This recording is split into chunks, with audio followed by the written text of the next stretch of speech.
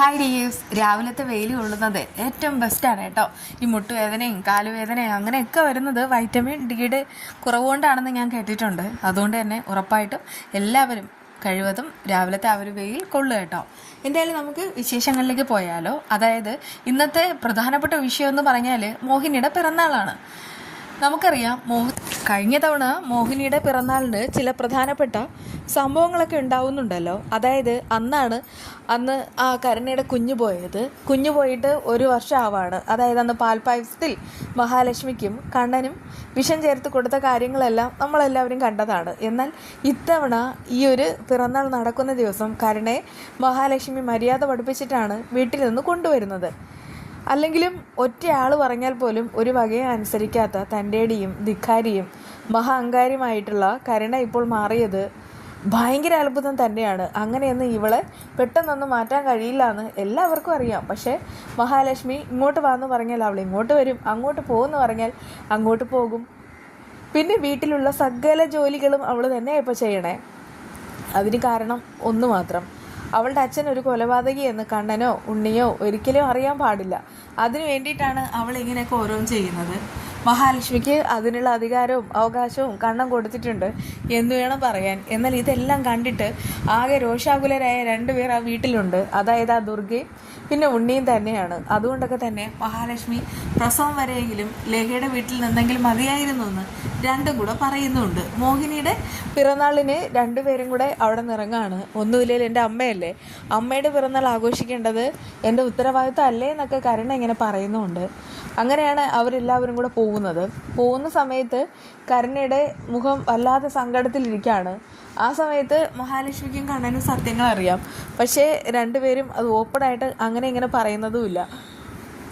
എന്നാൽ കരുണ വീട്ടിലെത്തണേ എന്ന് പ്രാർത്ഥിച്ചിട്ടാണ് വേഗം തന്നെ പോകുന്നത്. കാരണം അവരോടൊപ്പം പോകാൻ തന്നെ അവൾക്ക് വല്ലാത്ത മടിയുണ്ട്. പക്ഷെ എന്ത് ചെയ്യാൻ, തൻ്റെ ഗതികേട് അത്രമാത്രം പറഞ്ഞാൽ മതി. അങ്ങനെ ഒരു പിറന്നാൾ ഇങ്ങനെ ആഘോഷിക്കാൻ പോവുകയാണേ. മോഹിനിക്ക് ഇത് ഇരട്ടി സന്തോഷം. ഒന്നാമത് താൻ മുത്തശ്ശിയാവാൻ പോകുന്നു, രണ്ടാമത് കണ്ണൻ എഴുന്നേറ്റ് നടക്കുന്നു. ഇതിൽ പര സന്തോഷം ഇനി എന്താണ് അവരുടെ ജീവിതത്തിൽ വരാനുള്ളത്? മഹാലക്ഷ്മി എന്ന് പറഞ്ഞിട്ട് വളരെയധികം സന്തോഷത്തിൽ നടക്കുന്ന ഒരാളാണ് ഈ പറയുന്ന മോഹിനി. അതുകൊണ്ടൊക്കെ തന്നെ മഹാലക്ഷ്മി എനിക്ക് എന്തെങ്കിലും നല്ലത് വന്നാൽ അവർക്ക് സന്തോഷമാണ്. പിന്നെ കരുണയ്ക്ക് എന്തെങ്കിലും ദുരന്തം വന്നാലും മോഹിനിക്ക് സങ്കടമാണ്. പക്ഷെ എന്ത് ചെയ്യാൻ, തൻ്റെ മകൾ ഒരുപാട് പഠിക്കണം എന്നുള്ളത് മോഹിനി ആഗ്രഹിക്കുന്നുണ്ട്. അങ്ങനെ കേക്കെല്ലാം സെറ്റ് ചെയ്തിട്ടാണ് കണ്ണനും മഹാലക്ഷ്മി എത്തുന്നത്. അവർ പിറന്നാൾ ഗംഭീരമാക്കാൻ തന്നെയാണ് അവരുടെ രണ്ടുപേരുടെയും തീരുമാനം.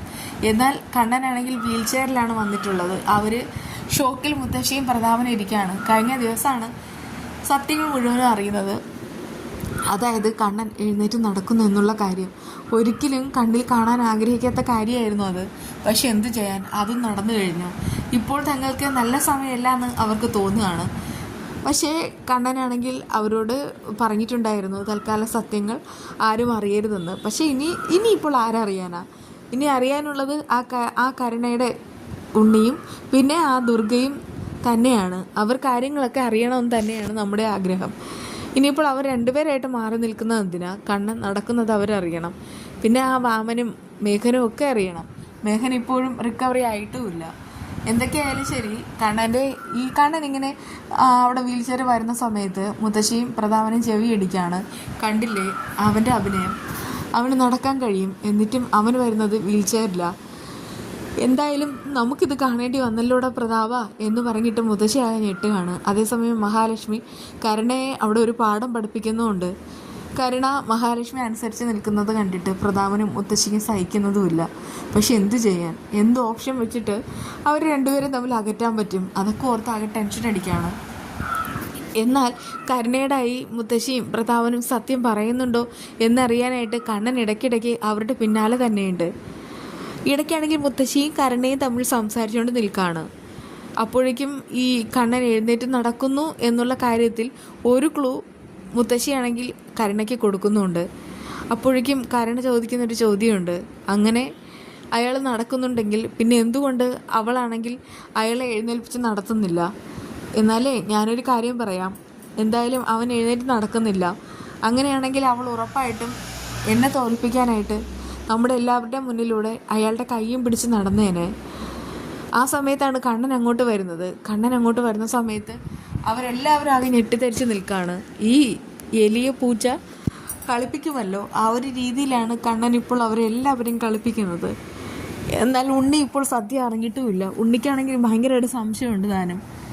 കരുണയ്ക്ക് ഒരുപാട് മാറ്റമുണ്ട് എന്ന് പറയുന്ന സമയത്ത് അവൾ തന്നെ പറയാണ്, അതെ, എന്നും ഇങ്ങനെ നടന്നാൽ മതിയോ, കുറച്ചൊക്കെ മാറ്റങ്ങൾ മനുഷ്യന് വേണ്ടേ എന്ന്. അതുകൊണ്ട് നന്നാവാൻ തീരുമാനിച്ചതെന്ന് അറിയിക്കുന്നുണ്ട്.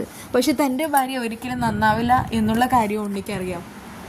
ഇതെന്തു മറിമായം എന്നുള്ള മട്ടിലാണ് അവൻ നിൽക്കുന്നത്.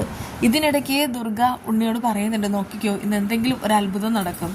അതായത് സ്നേഹം നടിച്ചു നിന്നിട്ട് മഹാലക്ഷ്മിയെ ഇന്നത്തെ ആ ഒരു പിറന്നാൾ ദിവസം കരുണമോൾ തന്നെ പിടിച്ചു തള്ളും, അല്ലെങ്കിൽ അവളുടെ കുഞ്ഞിനെ കളയാൻ വേണ്ടി എന്തെങ്കിലും ചെയ്യും. അത് കേട്ടിട്ട് ഉണ്ണിക്കാകെ കലി വരികയാണ്. എന്നിട്ട് പറയുന്നുണ്ട്, എൻ്റെ പൊന്നമ്മേ, ഇനിയെങ്കിലും ഇതൊക്കെ നിർത്ത്, ഇതൊക്കെ വെറുതെ പറയാം എന്നുള്ളതല്ലാതെ ഒന്നും സംഭവിക്കില്ല. ഇനി കരുണ അവളുടെ ഏട്ടത്തിയെ വീഴ്ത്തിക്കാൻ നോക്കിയാൽ വീഴുന്നത് കരുണ തന്നെയായിരിക്കും. അത് നമുക്കറിയാവുന്ന കാര്യമല്ലേ. എല്ലാം അറിയാവുന്ന ദുർഗയ്ക്ക് ഒന്നും മനസ്സിലാവുന്നില്ല.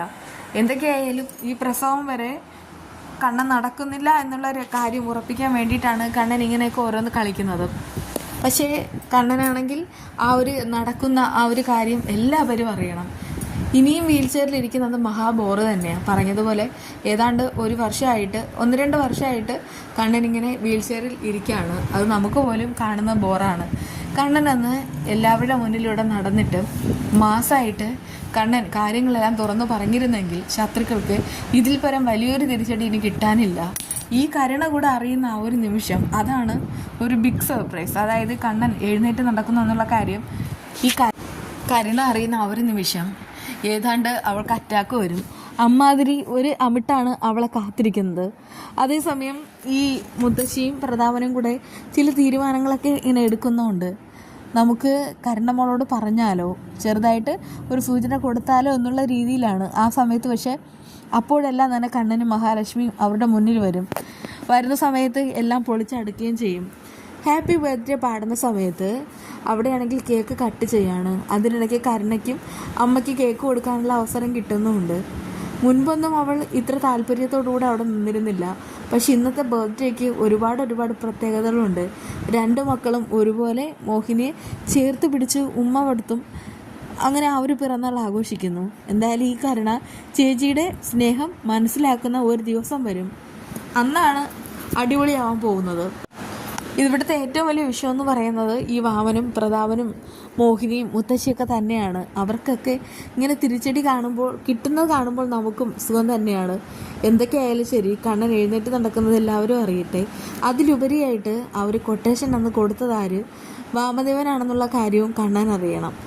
അങ്ങനെ ശത്രുക്കളുടെ ആ ഒരു പതനം അതൊക്കെ നമുക്ക് കാണാനിരിക്കാവുന്നതേ ഉള്ളൂ. ആ വിശേഷങ്ങൾ വീണ്ടും കാണാം. ബൈ.